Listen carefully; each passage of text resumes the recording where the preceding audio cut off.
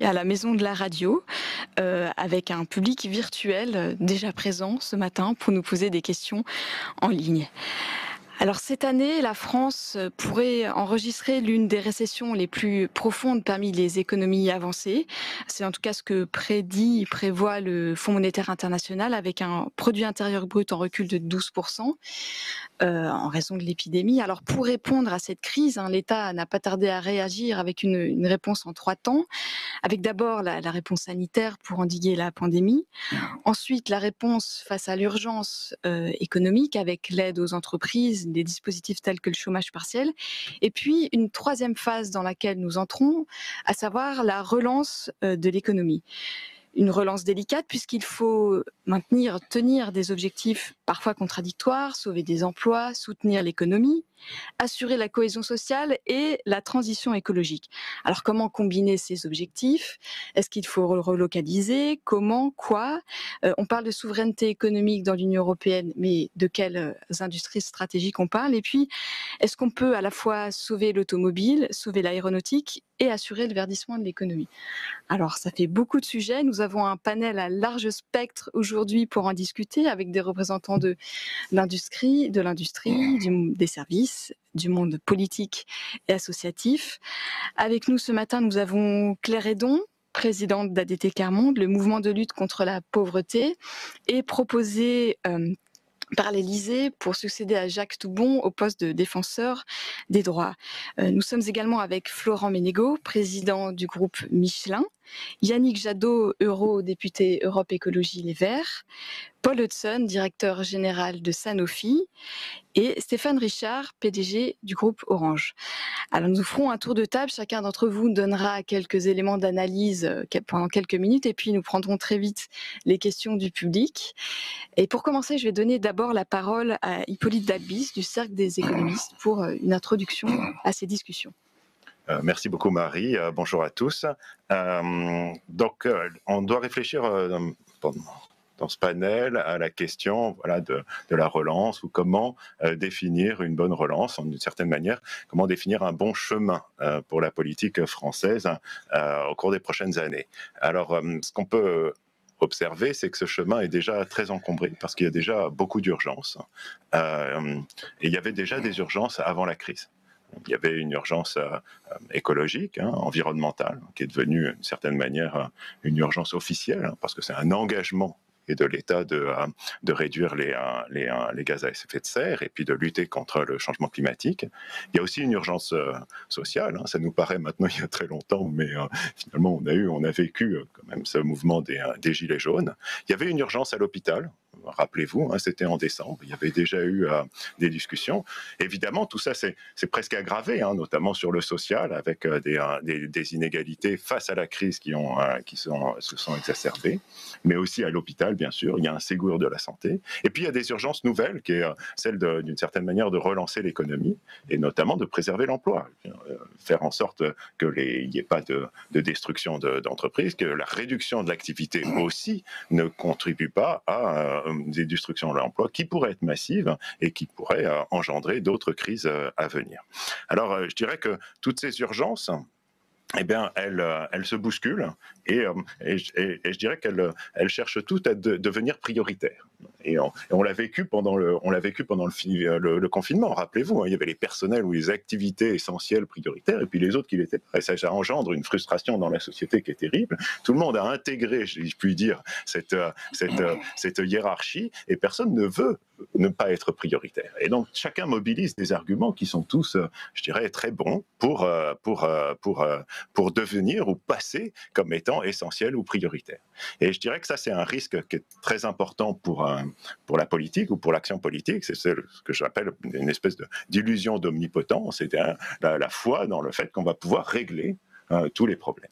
Et je pense que c'est un risqué parce que, c'est pas forcément crédible et ça peut engendrer une désaffection, je dirais, des électeurs pour la chose publique. Et puis deux, c'est potentiellement très coûteux.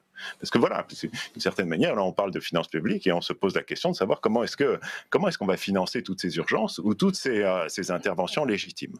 Alors on pourrait, il faut bien voir que dans les années qui vont venir, les recettes fiscales vont très fortement diminuer.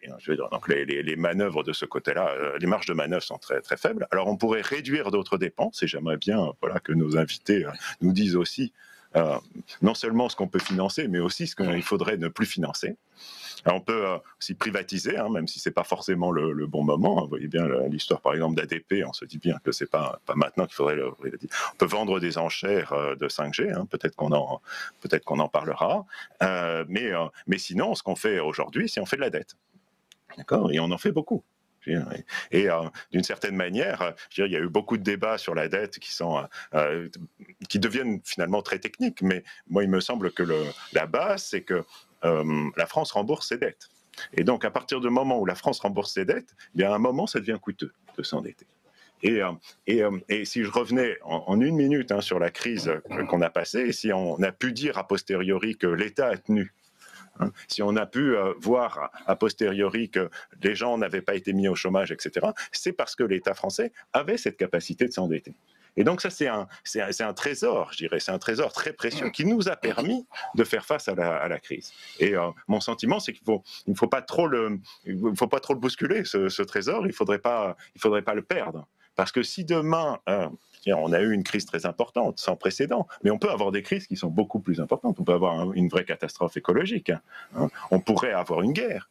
On pourrait avoir une maladie, un virus qui, cette fois, se met à tuer les enfants massivement. Je veux dire, les situations catastrophiques qu'on peut imaginer sont très importantes. Et donc, moi, ce qui me semble important, c'est de ne pas faire comme si demain tout ira bien. D'accord ? Et que l'urgence est que maintenant, il doit d'être omnibulé sur le présent et d'avoir des solutions qui nous permettent aussi de faire face aux prochaines crises. Il me semble que c'est ça aussi une leçon que l'on peut tirer de ce qu'on vient de vivre. Donc voilà, moi je me réjouis de vous entendre et j'aimerais bien qu'on puisse aussi ensemble réfléchir à ces notions de choix politiques que l'on peut faire pour les années à venir. Alors, Florent Menegaux, président du groupe Michelin, on l'a vu ces dernières semaines, il y a eu des plans de soutien, des plans massifs du gouvernement au secteur de l'aéronautique, de l'automobile.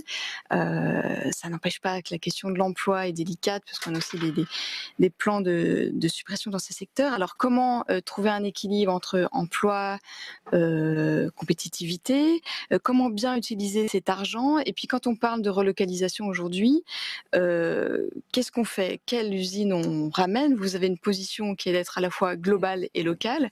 Qu'est-ce que ça veut dire par rapport à ces débats? Et puis, comment est-ce qu'on rend cet impératif industriel, de réindustrialisation, compatible avec la transition écologique? Donc vous avez beaucoup de questions très, très importantes en fait. Alors, je vais peut-être partager avec vous finalement dans cette période 4 convictions que je me suis forgé à la tête d'un groupe qui est à la fois français en France, qui est américain en Amérique, chinois en Chine, allemand en Allemagne, présent dans 170 pays. Alors ces 4 convictions, quelles sont-elles? La première, c'est que l'entreprise a un rôle clé à jouer dans la société. L'entreprise, c'est quand même une forme d'association humaine très efficace pour fabriquer et mettre à disposition du plus grand nombre des biens et des services au meilleur coût. Et ça, c'est une source de progrès implicite très forte. La deuxième conviction, c'est que face à la crise d'ampleur économique dans laquelle nous sommes projetés et qui fait suite à la crise sanitaire, et pour ne pas qu'on débouche sur une crise sociale majeure, on a besoin de coordonner une action en France, pas uniquement au niveau central, mais aussi au niveau des territoires. Et de la même manière, on doit considérer l'action en France pour la rendre compatible avec une action européenne. Parce que seule l'Europe est le marché suffisamment puissant qui doit être le plus homogène possible pour pouvoir répondre aux superpuissances chinoises et américaines. Et il faut qu'on ait en tête le fait de dire, pour que nous puissions émerger avec une stratégie industrielle française cohérente, il faut qu'on passe plus de temps à faire émerger des champions internationaux, des nouvelles offres, développer de nouvelles technologies au niveau français et au niveau européen. Et pour ça, il faut qu'on passe plus de temps à s'enrichir sur la compétition internationale plutôt vis-à-vis des Amériques et de la Chine, et donc passer moins de temps à se combattre en interne en Europe. Je vais citer un exemple. Il faut absolument qu'on harmonise les politiques fiscales en Europe et qu'on fasse une Europe des nations, parce que derrière, au moment où, par exemple, Michelin, avec Faurecia, nous souhaitons investir dans une usine de fabrication de piles à hydrogène, nous pouvons le faire en France, en Roumanie, en Hongrie, mais aussi en Chine, parce que derrière, nous nous adressons à des marchés mondiaux.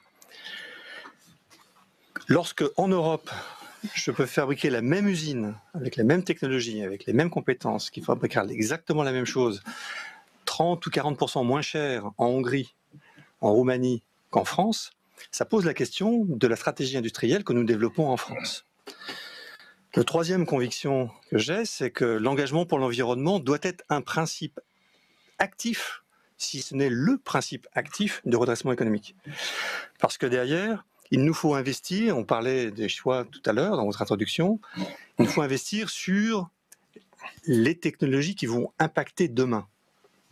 Et la population du monde continue à grandir et les défis environnementaux ne se sont pas arrêtés avec la crise. Ils sont toujours présents. La biodiversité, le fait que nous avons un mode de consommation qui est incompatible avec ce que la Terre est capable de régénérer. Par contre, il faut croire au fait que la technologie et les entreprises, de manière coordonnée avec les politiques, et puis sur des marchés impactants, peuvent agir et peuvent trouver des solutions. Parce que les problèmes environnementaux, ils ont été créés par l'homme.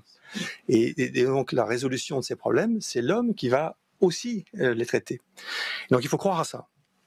Et enfin, la dernière conviction profonde que j'ai, c'est que dans le monde hyper complexe dans lequel nous agissons, il faut agir en écosystème, il faut penser écosystème. Et donc, il ne faut plus opposer le monde politique au monde économique, il ne faut plus opposer les grandes entreprises aux petites entreprises, il ne faut plus opposer les territoires avec les nations avec le monde. En fait, il faut réconcilier tout ça.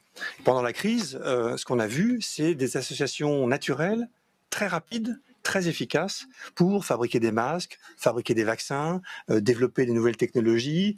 Et cette forme naturelle devant l'urgence, eh bien, en fait, il faut l'orchestrer de façon beaucoup plus large et donc avoir un monde politique qui s'occupe de sa mission principale, qui est d'être régalien, définir des règles du jeu, définir un cadre, et puis laisser les collectivités et les entreprises faire leur métier pour aller adresser les marchés que nous avons besoin d'adresser. Donc, pour résumer, je pense que par rapport à cette crise, les questions clés que nous avons à traiter, c'est de concevoir de nouveaux écosystèmes, une nouvelle façon d'interagir, et ensuite de pouvoir partir pour adresser nos défis économiques et d'environnement. Les écosystèmes sont probablement la meilleure solution, la solution la plus efficace pour adresser l'ensemble des problèmes de la manière la plus efficace. Dans le cadre d'une stratégie orientée vers le futur et pas sur la préservation du passé. Merci. Yannick Jadot, vous êtes eurodéputé Europe Écologie Les Verts. Alors, les municipales ont confirmé, s'il le fallait, la montée en puissance, l'essor de l'écologie. Aujourd'hui, l'Union européenne, la Commission a mis sur la table un plan de relance de 750 milliards très ambitieux. La question qui se pose désormais, c'est comment est-ce qu'il sera compatible avec l'ambition également européenne de Green Deal, de relance verte. Comment s'assurer que le soutien au secteur traditionnel soit compatible avec la baisse des émissions carbone, et puis comment coordonner, comme l'a souligné à juste titre Florent Menegaux, les différents échelons, territoires, nationaux, Union européenne. Voilà, tout ça, c'est des enjeux compliqués. Est-ce que vous pouvez nous en dire quelques mots ? Merci.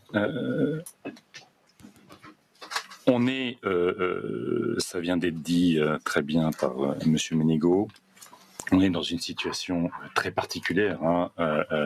On a eu une pandémie qui continue dans pas mal de coins à menacer ou à être extrêmement dramatique dans un certain nombre de pays.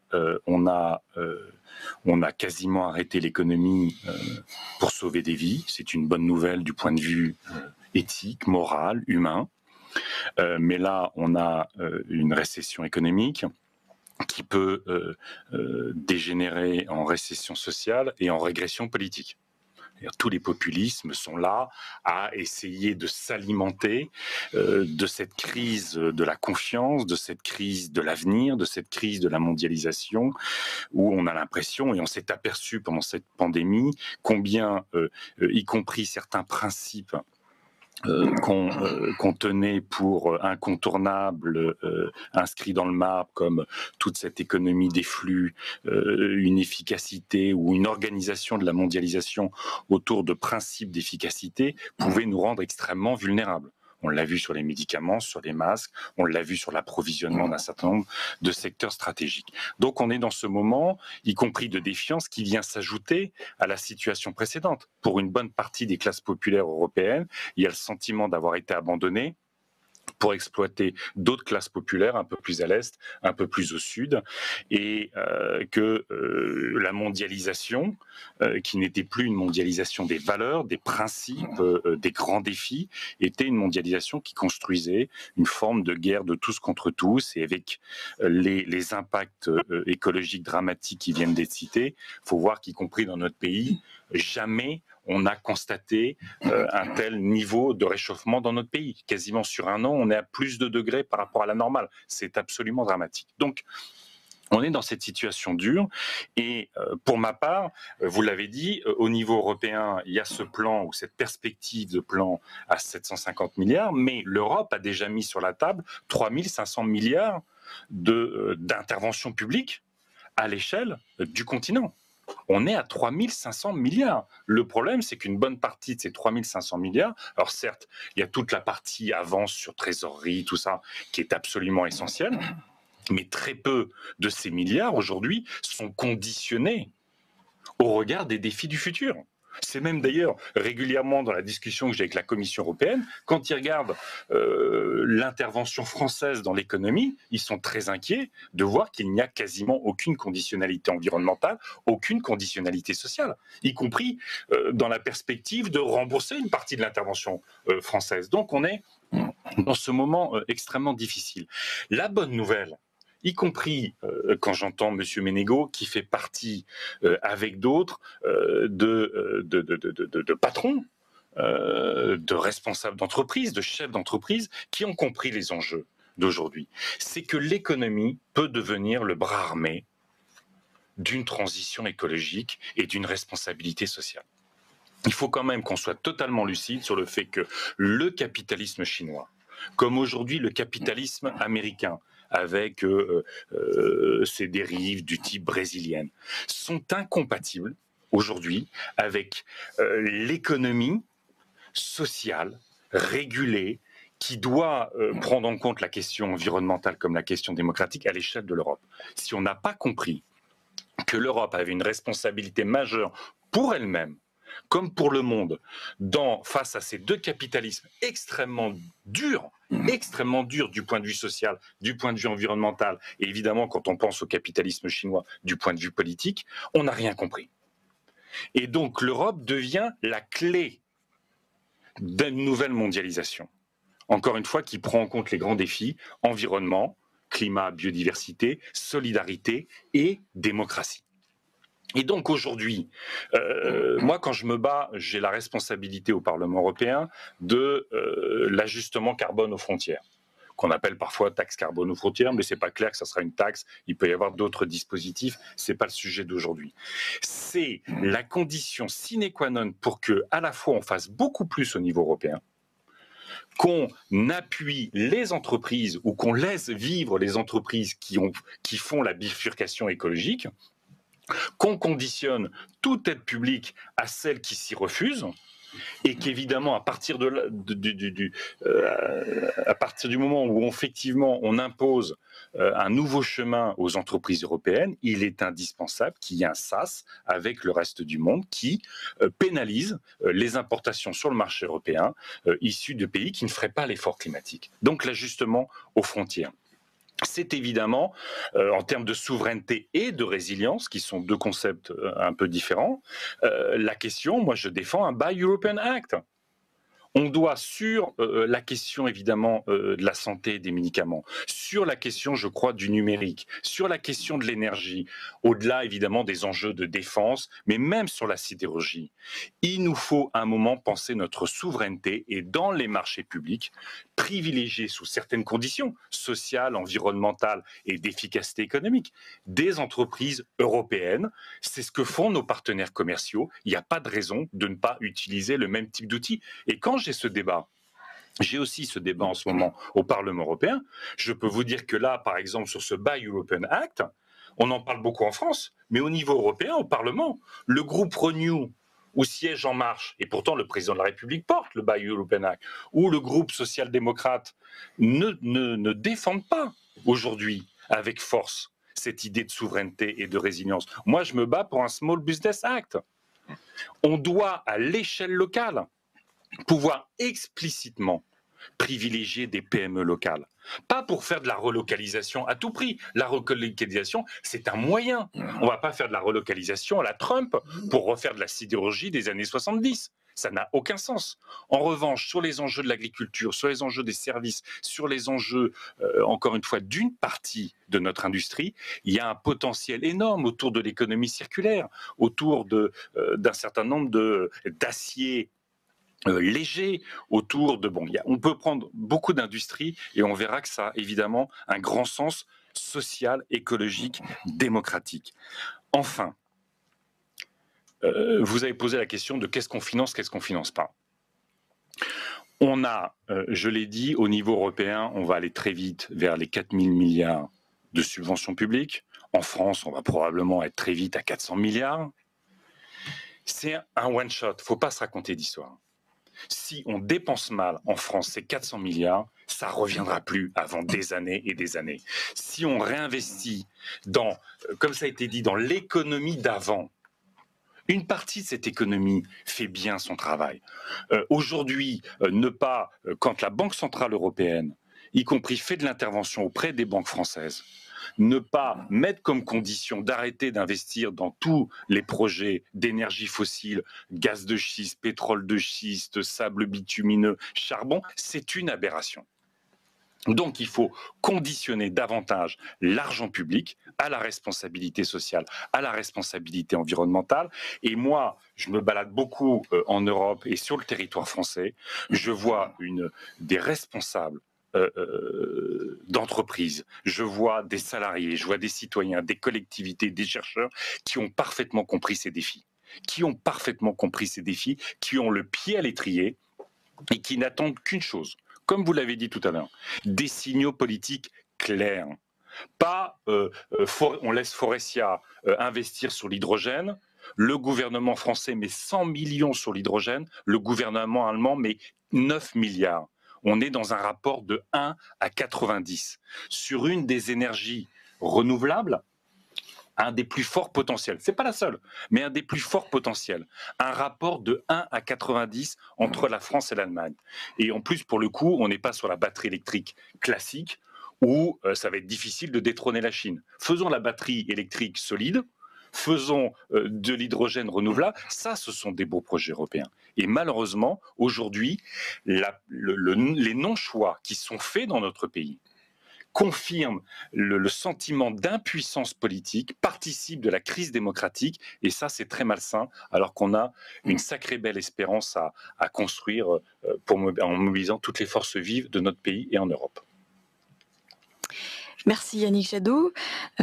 Paul Hudson, directeur général de Sanofi. Alors votre entreprise, votre groupe est aujourd'hui au cœur de l'actualité à plusieurs titres. D'abord dans la lutte et la recherche effrénée d'un vaccin contre la Covid-19, mais aussi sur ces problématiques d'industrie, de relocalisation, avec ces annonces récentes d'une ouverture d'une usine de vaccins dans le Rhône, mais aussi l'annonce de restructuration d'un plan d'économie et de suppression d'emplois. Alors, dans ces discussions sur création d'emplois, relocalisation, c'est un petit peu compliqué parfois de comprendre comment vous situez, quelle est votre stratégie par rapport à l'emploi, à la compétitivité. Est-ce que vous pouvez nous en dire quelques mots? Et puis, voilà, on parle de territoire, de coordination de l'échelon national européen.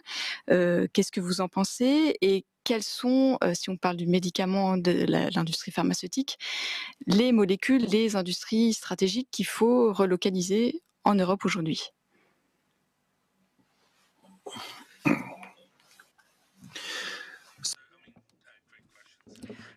Des questions passionnantes et je suis ravie d'être ici.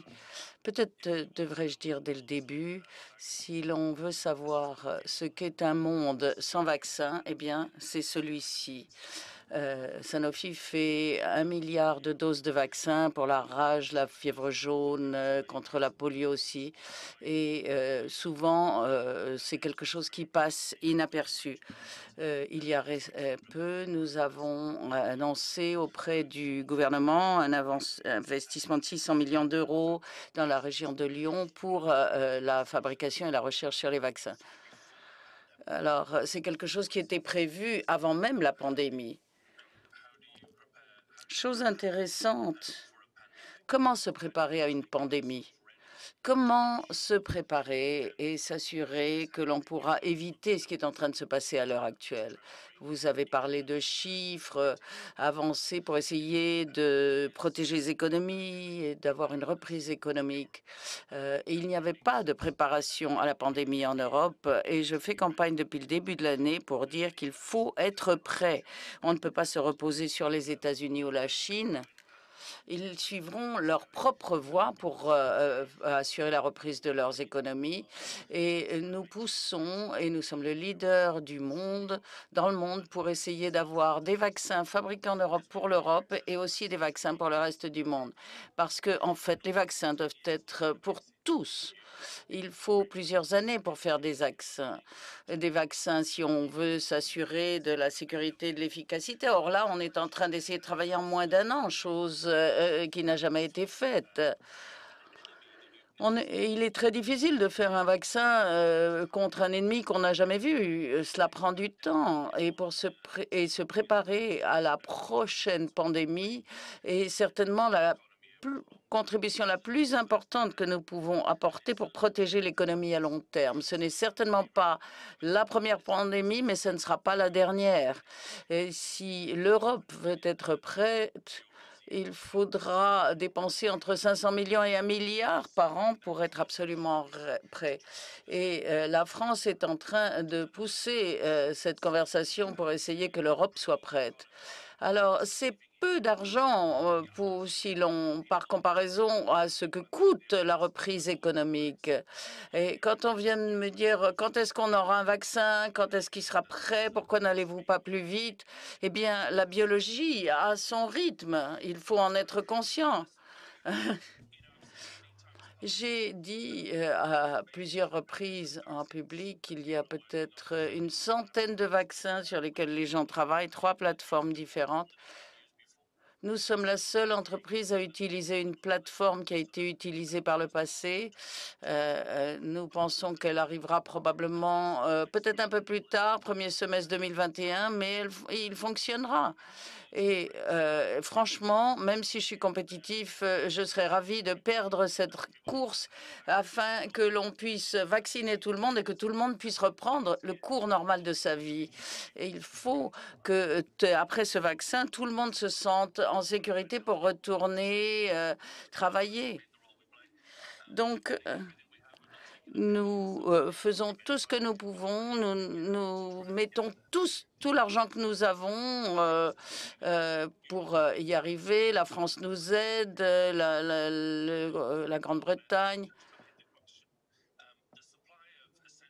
Les fournisseurs de produits essentiels, dont la fourniture de produits essentiels, comme vous l'avez dit tout à l'heure, a été difficile parce que au cours des dernières années, on s'est tourné vers la Chine et l'Inde. Et là, il y a des mouvements de transport difficiles. Certaines choses sont difficiles à obtenir. Sanofi est une des quelques entreprises qui continuent à fabriquer en Europe pour l'Europe et le reste du monde. Et en fait, nous avons annoncé que nous allions faire un centre de fabrication qui fabriquerait pour l'Europe et en Europe. Parce qu'en fait, dans ce type de situation, on se retourne vers son propre pays, on a tendance à devenir nationaliste. Et il est important de s'assurer de la continuité des choses et nous sommes en train de construire un centre de fabrication qui, nous pensons, en Europe, permettra de protéger les médicaments essentiels à long terme. Mais beaucoup se tourneront vers la Chine pour acheter des alternatives, des solutions alternatives à bas coût, c'est certain. Enfin, pour terminer, depuis que je suis arrivée en France l'année dernière, j'ai eu pas mal de rencontres, mais une des choses qui m'intrigue, c'est que la France pourrait être la meilleure au monde dans toutes les industries, tous les secteurs. Je pense que la France, par exemple, pourrait être le leader de classe mondiale de recherche en oncologie. Nous avons une capacité d'excellence, les capacités intellectuelles pour travailler comme pour les vaccins. La France est le plus ancien fabricant de vaccins au monde. Donc la France a la capacité d'être un leader. Et ce qui m'a intriguée, c'est l'expertise mathématique que j'ai découverte dans le système académique français.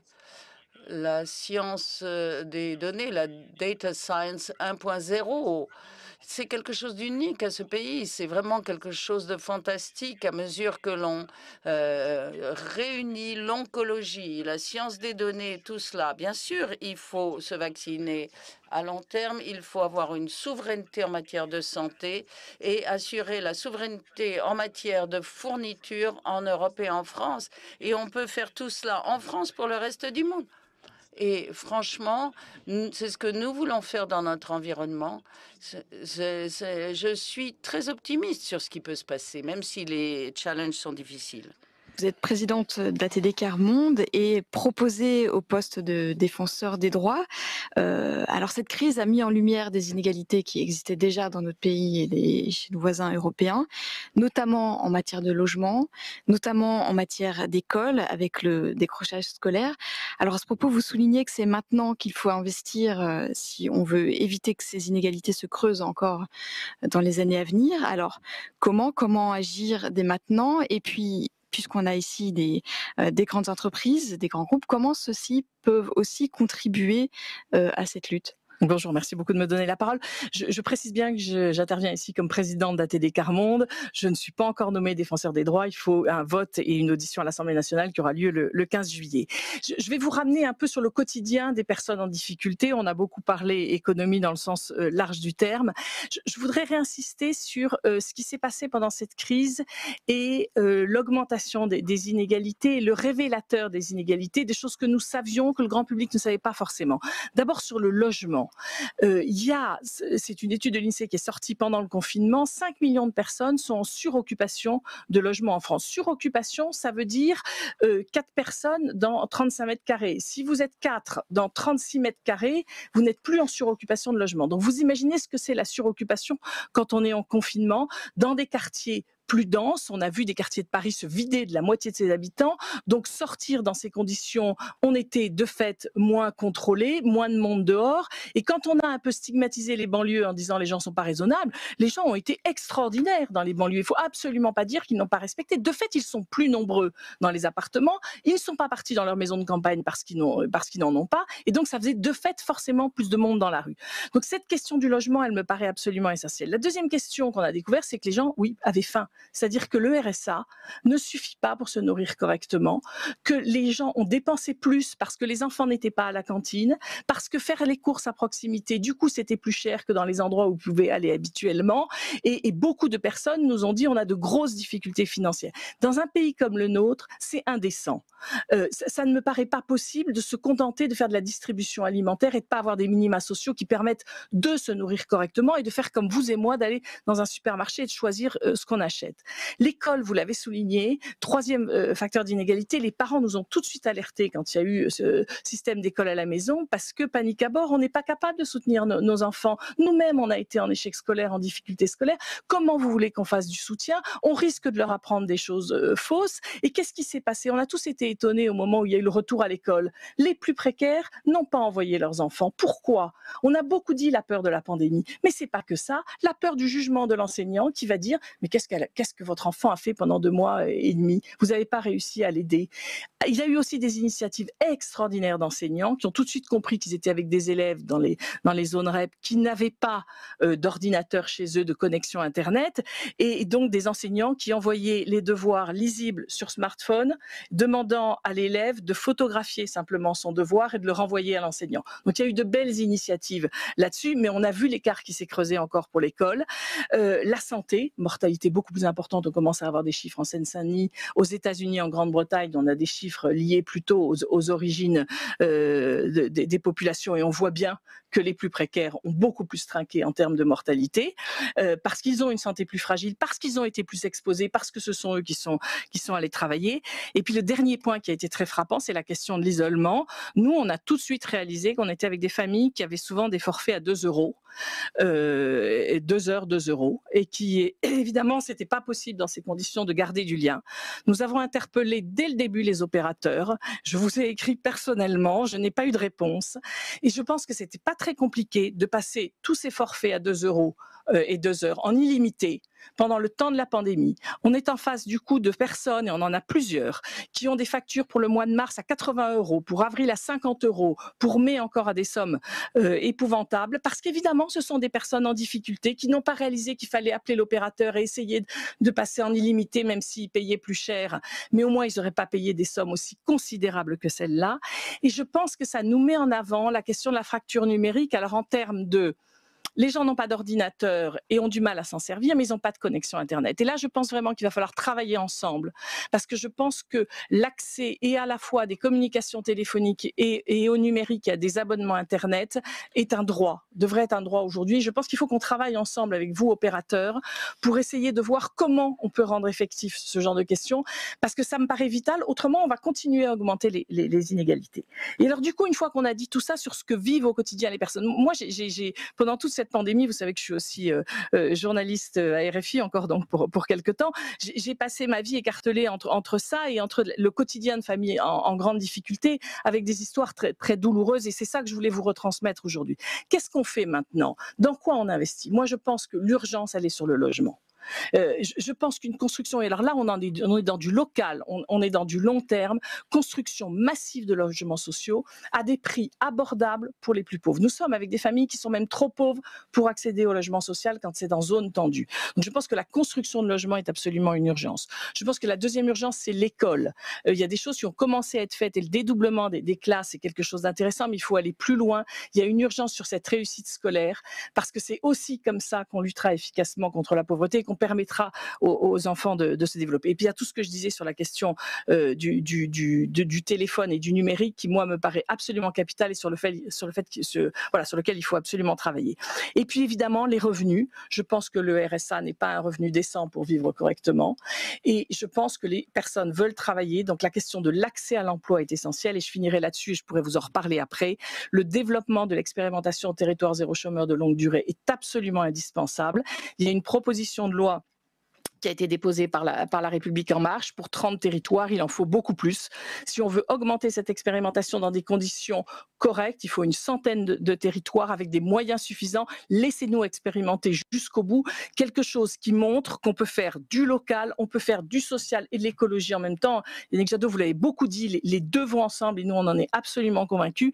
Et Territoire zéro chômeur de longue durée sur les 10 territoires qui existent montre, voilà, exactement, ça marche. Ça montre très concrètement qu'on peut être à la fois dans le social, dans l'accompagnement des personnes, dans l'aide aux personnes et dans du cercle vertueux de protection de l'environnement, de recyclage, avec du coup des métiers qui à la fois ont du sens, qui apportent quelque chose au territoire et qui changent la vie sur le territoire. Donc là-dessus, j'allais dire, laissez-nous expérimenter sur le long terme, mais ça c'est évidemment au gouvernement que je dis ça. Merci Claire Hédon. Stéphane Richard, PDG d'Orange. Cette crise a montré en effet l'importance du numérique pour le télétravail, pour l'école à distance, pour cette vie suspendue pendant le confinement. Alors, pourquoi vous n'avez pas répondu à Claire Hédon sur cette question des forfaits? Comment réduire la fracture numérique et plus largement, comment le numérique peut aussi contribuer, l'économie du numérique au sens large et votre groupe en particulier, à une croissance plus inclusive, comme on dit? Bon, première observation, je crois que globalement l'industrie des télécoms a été utile dans cette crise.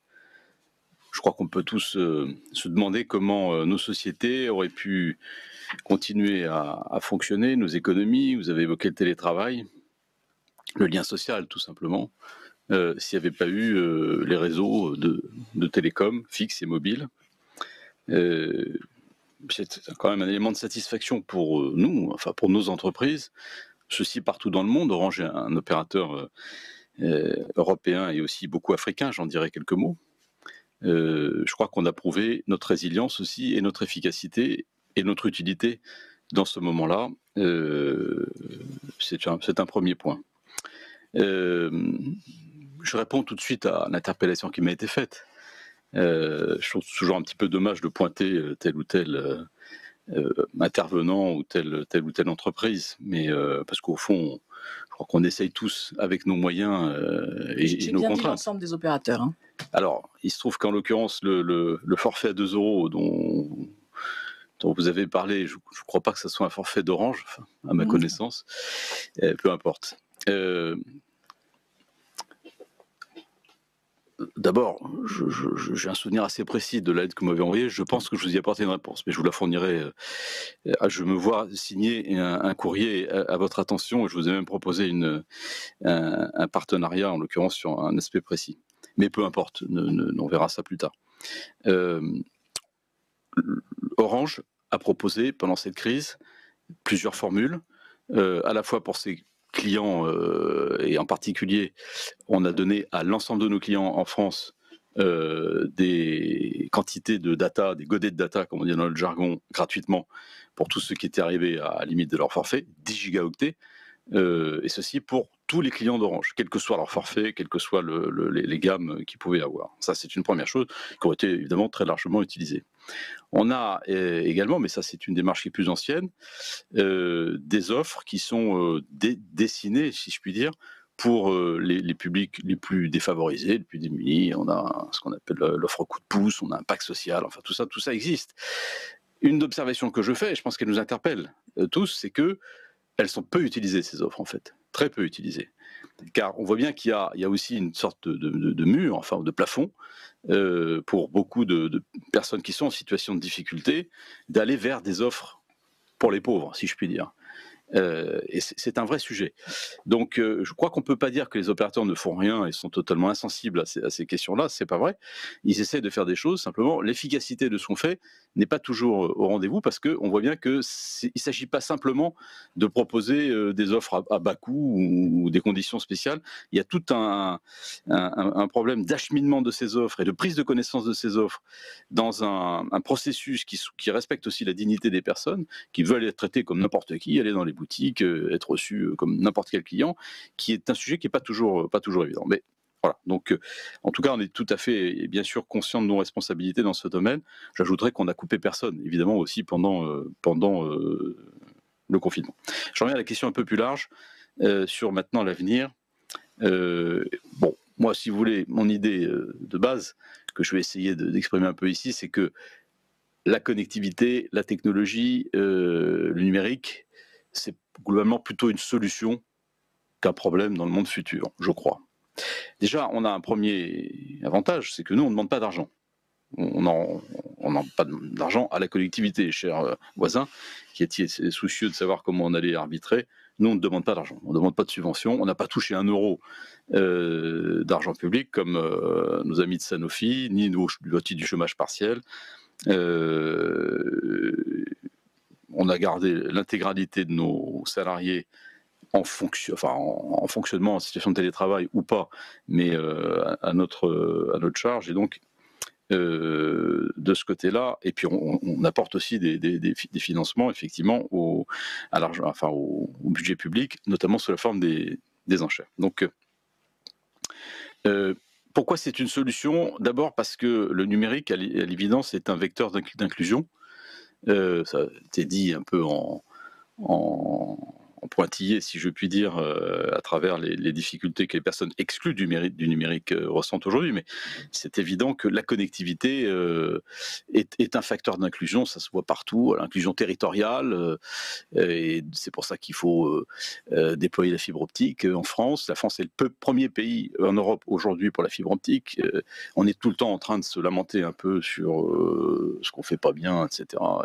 Et moi, je voudrais quand même ici le dire, la France a fait un choix très fort, un choix un peu colbertiste, qui est d'apporter la fibre optique au maximum d'habitants en France.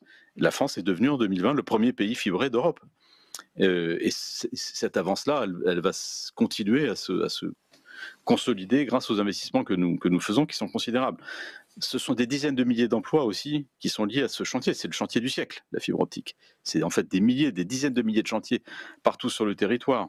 C'est toute une filière autour. C'est des jeunes, c'est des apprentis. On va nous recruter 2200 apprentis au mois de septembre, notamment parce qu'on a ce chantier-là. Donc je pense que de ce côté-là, on voit bien la dimension inclusive. Et quand on parle d'inclusion, il n'y a pas qu'en France. La possibilité d'utiliser le téléphone pour payer, faire des transferts en Afrique, ce service qu'on appelle le mobile banking, c'est un vecteur d'inclusion des populations exceptionnel. Nous bancarisons, entre guillemets, 2 fois plus de personnes aujourd'hui que les banques en Afrique. Donc, parce que tout le monde en Afrique a un téléphone portable. Pratiquement, on a un téléphone par habitant. Deuxième chose, je suis convaincu que la technologie est aussi une réponse, fait partie des réponses, pour lutter contre les dérèglements climatiques et pour faire face à l'urgence climatique en général. Alors je sais qu'il y a un débat, ce sujet, un peu autour de la 5G, on pourra peut-être en parler, mais malheureusement il y a beaucoup de choses imprécises, voire fausses, qui sont dites sur la question, et nous on aimerait bien qu'il y ait au minimum les termes d'un débat objectif, voilà, qu'on essaye de poser un peu des réalités là-dessus, pour après prendre les décisions peut-être qui s'imposent. Mais en tout cas, je citerai juste un chiffre. Une étude de Carbon Trust, qui je crois fait autorité dans ce domaine, démontre que une tonne de CO2 émise par l'industrie du numérique, c'est 10 tonnes de CO2 évitées ailleurs. Parce que quand on parle de l'empreinte carbone, il faut regarder évidemment ce que l'industrie, et des télécoms en particulier, dégage elle-même. Alors, je rappelle que Orange s'est fixé un objectif de neutralité carbone en 2040, et j'espère même qu'on arrivera à le faire avant. Et puis, il faut regarder ce qu'on évite. Et nous, on est la principale industrie dans le monde qui évite les émissions inutiles. Tous ceux qui ont pratiqué les visioconférences, même nous d'ailleurs ici, ce matin, chers amis, montrent bien qu'on peut effectivement continuer à faire beaucoup de choses en évitant beaucoup d'émissions de gaz à effet de serre. Donc cette puissance-là, qui est liée à la connectivité, qui est liée à la technologie, elle me paraît absolument essentielle. Puis dernier point, il y a, ça a été dit aussi, un enjeu de souveraineté, et notamment de souveraineté européenne autour de ces questions. C'est vrai pour la 5G, et malheureusement l'Europe n'est pas franchement en avance sur la 5G, c'est le moins qu'on puisse dire, et la France en particulier d'ailleurs à l'intérieur de l'Europe, tout ça, ça pose question quand même. C'est vrai pour le cloud, et pour, je dirais, la gestion des données. Moi je suis pour, M. Jadot parlait d'un Buy European Act, ou d'un Small Business Act, moi je suis aussi pour un Cloud European Act, c'est-à-dire pour une disposition qui permette aux Européens de s'assurer que les données qui sont produites par les grandes entreprises et par les citoyens européens restent la propriété des Européens. Malheureusement, comme vous le savez aujourd'hui, c'est un peu loin d'être le cas. Et donc, on a aussi des grandes questions de ce point de vue. Juste une remarque pour terminer. On parle beaucoup de relocalisation, de circuits courts, d'économie circulaire. Tout ça sont des thèmes évidemment essentiels et dans lesquels je me sens tout à fait embarqué. Je voudrais juste dire que la mondialisation telle qu'elle a fonctionné jusqu'à maintenant, malgré ses défauts, elle a quand même apporté de l'emploi et une capacité à sortir de la pauvreté dans beaucoup de pays du monde. Et moi qui suis très africain, et on a 130 millions de clients en Afrique, je voyage beaucoup en Afrique, je peux vous assurer que ces discours sur la relocalisation, etc., inquiètent énormément de pays en Afrique. Si vous allez demain dans un call center au Maroc ou en Tunisie, que vous expliquez que finalement, voilà, en Europe, on va tout relocaliser et donc on va fermer leurs installations, il faut avoir conscience de ça aussi. Et je pense qu'il y a un petit angle mort de la pensée là-dessus, parce que d'un côté, on nous dit on veut un monde plus solidaire, etc. Mais de l'autre côté, ce discours sur la relocalisation est très anxiogène dans des pays qui ont réussi à créer un peu de richesse et à sortir un peu de l'extrême pauvreté par cette division du travail, qui par ailleurs a beaucoup de défauts, j'en conviens tout à fait. Merci beaucoup. Je crois que nous allons devoir nous réunir à nouveau l'année prochaine pour poursuivre le débat parce que, hélas, le temps imparti s'est déjà écoulé. Désolée pour nos spectateurs qui ont posé des questions. Voilà, j'espère qu'il y avait quand même beaucoup d'éléments de réponse dans ces d'analyse que nous vous avez apportés. Merci à tous d'avoir été là avec nous ce matin. Et puis, les échanges vont se poursuivre toute la journée en ligne sur le site de Radio France et des Rencontres d'Aix. Merci beaucoup.